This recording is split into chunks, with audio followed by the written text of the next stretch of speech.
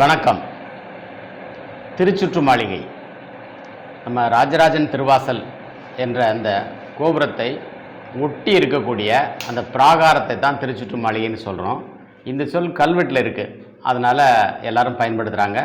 குறிப்பாக இதை அறிஞர்கள் அதை எடுத்து சொல்லியிருக்கிறாங்கன்னு தெரியுது. இன்றைக்கி திருச்சுற்று மாளிகைன்னா எல்லாருக்கும் தெரியும். அது 2 அடுக்கு திருச்சுற்று மாளிகை. அதில் அந்த முதல் சுற்றில் என்னென்ன இருக்குது, கல்வெட்டெல்லாம் எங்கெங்கே இருக்குது, என்ன செய்தி சொல்லியிருக்கு, அதை நம்ம சுருக்கமாக பார்க்குறோம். உள்ள இடது பக்கமாக போகும்போது ஒரு மடப்பள்ளி இருக்குது, அதை உடையார் சாலைன்னு கல்வெட்டு சொல்லுது. உடையார் சாலையில் உண்ணக்கடவர், இன்னும் அது இயங்கிக்கிட்டு இருக்குது. நம்முடைய மரபு அந்த அக்னி திசையில் மடப்பள்ளி வைக்கிறது அரண்மனைகளில் அப்படிங்கிறது பட்டினப்பாளையில் சிறப்பாக இருக்குது. அது உள்ள அக்னி தேவர் அப்படிங்கிற ஒரு பரிவார ஆலயம் இருக்குது. அதில் ஒரு சிலை ரொம்ப அழகாக இருக்குது. அது கை காலெலாம் உடைஞ்சிருந்தாலும் முகம் ரொம்ப இளமையோடு அழகாக இருக்கும். அதை பார்க்கலாம். அது தொல்லியல் துறை அதுக்கு ஒப்புதல் தந்திருக்கு. ஆனால் கூட்டமாக போய் தொந்தரவு பண்ணாமல் விரும்புகிறவங்க போய் பார்க்கலாம். அங்கே இருக்கவங்கள்ட்ட நாங்கள் வரோன்னு சொல்லிவிட்டு போய் பார்க்கலாம். போகும்போது நாங்கள் பார்த்துட்டோன்னு சொல்லிட்டு போகணும். ஏன்னா சமையல் நடக்கிற இடமா இருக்குது.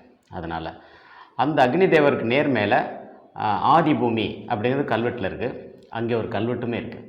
அதாவது ஒரு இடத்துல விடுபட்ட கல்வெட்டை இது அக்னி தேவர் ஆலயத்து ஆதிபூமியின் கண்டப்படைக்கு கீழே அது தொடர்ச்சி இருக்குதுன்னு சொல்கிறோம். அதே மாதிரி கிழக்கு பக்கம் இருக்குது. அங்கே ஆடுகள் படுத்துருக்கு. இந்த அக்னி தேவருக்கு அடுத்தபடியாக சுற்றி வரும்போது இந்த மொத்த திருச்சுற்றுலையுமே வாசல்கள் இருக்குது. நேர்கிழக்கு ஒரு வாசல், நேர்மேற்கு ஒரு வாசல், தெற்கு பக்கம் 2 வாசல், வடக்கு ஒரு வாசல். இவ்வளோ தான் வாசல். அதில் தெற்கு பக்கம் யமராசா அப்படிங்கிற ஒரு பரிவார ஆலயம். அது உள்ள சன்னதியெல்லாம் பூட்டியிருக்கு. உள்ளே எதுவும் இல்லைன்னு தெரியுது. மேலே எரும மாடு இருக்குது, பார்க்கும்போது தெரியும். காளை மாடுலாம் எரும மாடு இருக்கும். அப்புறம் அந்த மூலையில் கன்னி மூலை, அதை நைருதியார் அப்படிங்கிற பேரில் கல்வெட்டு இருக்குது. எதுவுமே இல்லை. அது நரவாகனம், அதாவது பிரேத வாகனம்னு சொல்கிறாங்க. அது அப்படி ஒரு நம்பிக்கை இந்த பரிவார ஆலயங்களில். அடுத்தது பரிவார ஆலயத்து பிள்ளையார் கணபதியார்னு கல்வெட்டில் இருக்குது. அதில் இந்த வாழைப்பழ வாய்ப்பாடு சொல்லும்போது ஆண்டு நாள் 360 அழுத்தமாக சொல்கிற செய்தி இருக்குது. அது பிறகு வர்ணராசா, அப்புறம் மூளையில் வாயுமூர்த்தி. வர்ணராசாவுக்கு மகர வாகனம் மேலே இருக்குது, வாயுமூர்த்திக்கு மான்கள் இருக்குது. அதே வரிசையில் உமா பரமேஸ்வரியார் அந்த பரிவாலயத்தில் இருந்தால் கல்வெட்டு இருக்குது. அது ஒரு சிங்கம் எல்லாம் இருக்குது. அதனால் அது ஒரு பெண் தெய்வ கோயிலாக இருந்திருக்க வாய்ப்பு இருக்குது. பிறகு இன்னும் வேறு 2 கோயில்கள் இருக்குது, அதெல்லாம் தெரியல. இடையில் வடக்கு வாசல் ஒன்று இருக்குது. அந்த வடக்கு வாசலில் மங்கள சின்னங்கள்லாம் இருக்குது, அதை பயன்படுத்தியிருக்காங்க. பிறகு ஈசானமூர்த்தி, அங்கே ரொம்ப சிலை இருக்குது. அது வழிபாடு நடக்குது. அக்னி தேவருக்கும் ஈசானமூர்த்திக்கும் சிலை இருக்குது, பார்க்கலாம். அக்னி தேவரை அங்கே உள்ளவங்களே மாலை போட்டு வழிபாடு செய்துக்கிறாங்க. இதில் ஒரு உள்ளூர்காரர் ஒருத்தர் 1970 தொடர்ந்து வழிபாடு செய்துட்ருக்கிறார். பூசைகள் செய்கிறார். வழிபாட்டுக்கு உதவி செய்கிறார். வழிபாடு பக்தர்கள் தானே செய்கிறாங்க. அந்த வழிபாட்டுக்கு உதவி செய்யக்கூடியவர்களாக அந்த பூசை செய்யக்கூடிய பூசாரிகள் இருக்கிறாங்க. இதுதான் அந்த திருச்சுற்று மாளிகையோட இயங்குமுறை. நம்ம நடந்து போகும்போது இடையில் மடப்பள்ளிக்கு அடுத்தது கொஞ்சம் பகுதியை அறநிலையத்துறை பயன்படுத்துது, அலுவலகத்துக்காக ஆவணங்கள் வச்சுருக்காங்க, வாகனங்கள் இருக்கும். அடுத்தது அந்த மியூசியம்னு ஒன்று வச்சுருக்காங்க. அதில் தடைப்படணும், உள்ளே நடந்து போக முடியாது. வேறு ஒன்றும் இல்லை. முதல் தளத்தில் நம்ம போக முடியாது, ஆனால் போனால் நல்லது. இப்போது நான் கல்வெட்டுக்கு வரேன். இந்த திருச்சுற்று மாளிகையில் மடப்பள்ளிக்குள்ளே கல்வெட்டு இருக்குது. செப்பு திருமேனியில் பற்றிய கல்வெட்டு, அரிய கல்வெட்டு இருக்குது. பிறகு திருச்சுற்று மாளிகையுடைய பீடத்தில் அதிஷ்டானத்தில் அந்த குமுதகப்பட்டிகையில் ராஜேந்திர சோழனுடைய கல்வெட்டு, லோகமாதேவி பற்றிய கல்வெட்டு இது இருக்குது. பிறகு அது எல்லா பக்கம் 3 பக்கமே இருக்குது. அதில் செப்பு திருமேனியில் பற்றிய செய்தி, அரிய செய்தி இருக்குது. தூண்கள் எல்லாத்துலேயுமே கல்வெட்டு இருக்குது. இதெல்லாம் ஆவணமாகவும் ஆகிருக்கு. நம்ம அதை கையில் வச்சுட்டு படிக்கலாம். பெரிய கோயிலை பொறுத்த மட்டும் கல்வெட்டு எல்லாமே நாம் நடந்து உட்காந்து நின்று வெறுங்கண்ணால் பார்க்குற மாதிரி படிக்கிற மாதிரி தான் எழுதியிருக்கான். ரொம்ப உயரத்துல எல்லாம் எழுதுறது கிடையாது. அந்த ராஜராஜன் திருவாசல் மட்டும்தான் ரொம்ப உயரத்தில் கொஞ்சம் எழுதியிருக்கான். மற்றபடி அது கூட படிக்கலாம், அந்த மாதிரி தான் இருக்குது. இதில் இந்த திருச்சுற்று மாளிகையை நான் தான் எடுப்பித்தேன் அப்படின்னு சொல்லி ஸ்ரீகிருஷ்ணன் ராமன் அப்படின்னு ஒருத்தன் 2 இடத்துல எழுதி வச்சுருக்கான். அதாவது உடையார் செய்த ராஜராஜ தேவர் உத்தரவிட்டு நான் செய்தேன் அப்படின்னு சொல்லியிருக்கான். அதில் இன்னொரு வேலையும் செஞ்சுருக்கான். அது என்னென்னா, ராஜராஜனே ஒரே ஒரு இடத்துல பயன்படுத்தின மெய்கீர்த்தி ஒன்று இருக்குது. அது சமஸ்கிருதத்தில் தொடங்கும். அதை இவன் 2 இடத்துல பயன்படுத்தியிருக்கான். அது இதுதான். ஏதத் விஸ்வநிருபஸ்ரேணி மௌலி மாலோபலாளிதம் சாசனம் அப்படிங்கிற அந்த சொற்கட்டு. அது மெய்கீர்த்தியில் எப்படி வரும்னா, ஸ்வஸ்தி ஸ்ரீ ஏதத் விஸ்வநிருபஸ்ரேணி மௌலி மாலோபலாளிதம் சாசனம் ராஜராஜஸ்ய ராஜகேசரி வர்மனகான்னு. அதுக்கு பிறகு ராஜராஜனுடைய கல்வெட்டு திருமகள் போல பெருநிலை செல்வின்னு தொடங்கும் மெய்கீர்த்தி. இவன் அப்படி தொடங்கலை. உடனே நேர செய்திக்கு வந்துட்டான். இப்போ இதோட உண்மைத்தன்மை ஆய்வு செய்யணும். இப்போ ஸ்வஸ்தி ஸ்ரீன்னு சொல்கிறதுக்கும் திருமகள் சொல்கிறதுக்கும் ஒரே பொருளாக, இது சமஸ்கிருதம் அது தமிழ் அப்படின்னு தான் எடுத்துக்கலாமான்னா இல்லை. ஸ்வஸ்தி ஸ்ரீங்கிறது திருமகள்ங்கிற தகுதியோட குறைவு. அதாவது வெற்றி பெற்ற முழுநிலவு திருமகளுக்குரியதாக இருந்தால் அதுக்கு ஒரு நாள் முன்னால் வரக்கூடிய ப்ரீமேச்சூராக வரக்கூடிய பௌர்ணமி உள்ள காலத்து நிலமகளை ஸ்வஸ்தி ஸ்ரீ சொல்லலாம். அதாவது உள்ளது போல் இருக்கிறது, அதாவது சிறுகிய நிலை அப்படின்னா பொருள். இன்றைக்கி எல்லா இடமும் அப்படி தான் இருக்குது. எல்லாம் அந்த பேரை விரும்பி வைக்கிறாங்கன்னா அது அறியாமை தான், அது திருத்திக்கணும். இதுதான் செய்தி. இது திருச்சுற்று மாளிகை பற்றி. இந்த திருச்சுற்று மாளிகையில் உள்ள கல்வெட்டுகளை மறுபடியும் படிக்க வேண்டிய தேவை இருக்குது. ஏன்னா விடுபட்ட இடங்கள்லாம் இருக்குது, அதில் நம்ம படிக்கலாம். அரிய செய்திகள் ஏராளமாக இருக்குது. இப்போது இது திருச்சுற்று மாளிகை. இப்போ திருச்சுற்றுனா என்ன அப்படிங்கிற செய்தியை சொல்லிவிட்டு நம்முடைய நோக்கத்தின்படி இன்றைய அரசியலையும் நம்ம பேசிடுவோம்.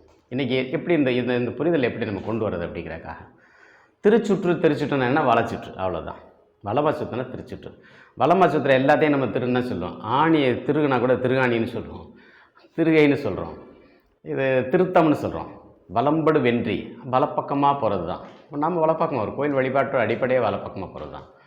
அப்போது இந்த திருச்சுற்று இப்படி வரக்கூடிய இந்த திருச்சுற்றை இன்னும் வேறு வேறு தொழில்நுட்பங்கள்லாம் சொல்கிறான். திருப்பரிசாரகம் அப்படின்லாம் சொல்கிறான். அது ஒரு மான்வினைன்னு சொல்கிறான். இந்த வலம்புரி சங்கு இப்படிலாம் அந்த பொருள்லாம் அதில் இருக்குது. ஒளி வலப்பக்கமாக சுற்றணுமா. வலப்பக்கமாக சுற்றும்போது அந்த பூமியோட சுழற்சிக்கு அது பயன்படும். இப்போது இதனோட திட்டமிடுதலுக்கு வந்துடும். அது பெருந்தச்சு பார்வையில் திருச்சுற்றுனா என்னென்னா, இந்த கோயிலோட திருச்சுற்றுங்கிறது அதோட சர்க்கம் ஆம்புலேட்டரி காரிடார், அதாவது காம்பவுண்ட் வால் அல்லது காம்பவுண்ட் கன்ஸ்ட்ரக்ஷன், இவ்வளோதான் திருச்சுற்று. ஆனால் இதை விட இதுக்கு நேர் மேலே வானவீதியில் அது பெரிய பரப்பில் சுற்றுது. ஒரு பருந்து எப்படி பெரிய வட்டம் போட்டு அப்புறமா கொஞ்சம் கொஞ்சமாக சின்ன வட்டமாக போய் ஆடி ஆடி தாக்குமோ, அந்த மாதிரியான ஒரு கோட்பாடு இங்கே பேசப்படுது. விசும்பாடு மரபின் பருந்தூரளப்ப கருவில் எண்ணியல் ஊற்றி ஈரறிவு புரிந்து சால்பும் செம்மையும் உளப்படப்பறவும் காவர் கமைந்த அரை சுத்துறை போகிய வீர்சால் புதல்வன் பெற்றனை. 18 பாடல் 74. அது இந்த கோயிலோட தொடர்புடையது.